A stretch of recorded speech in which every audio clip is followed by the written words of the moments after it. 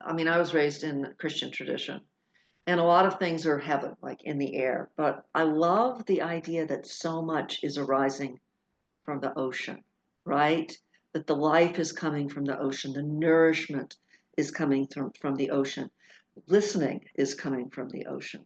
I mean, we can hear the water when it moves too, and it can hear us. And just in the work that I do when I'm with rivers, it's just so interesting that human beings have a desire to channel water. We want to put it in canals, we want to put it in pipes. And the way water works, it doesn't want its energy like going straight down. It wants to spread, and that's why they're floodplains.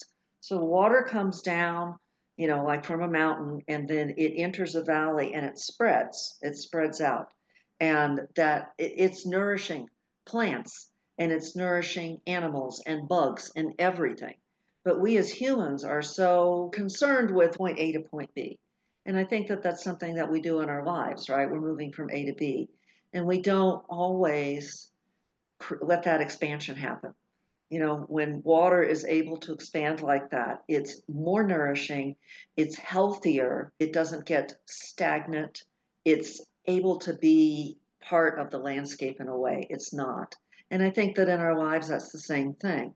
That if we're always going from A to B, we aren't expanding. We aren't able to be with the world and connected to the world and interacting with the world. I see water in that aspect as a very potent symbol of how we can take that natural flow within us and expand it out into the world and pull back and bring back what's in the world into us.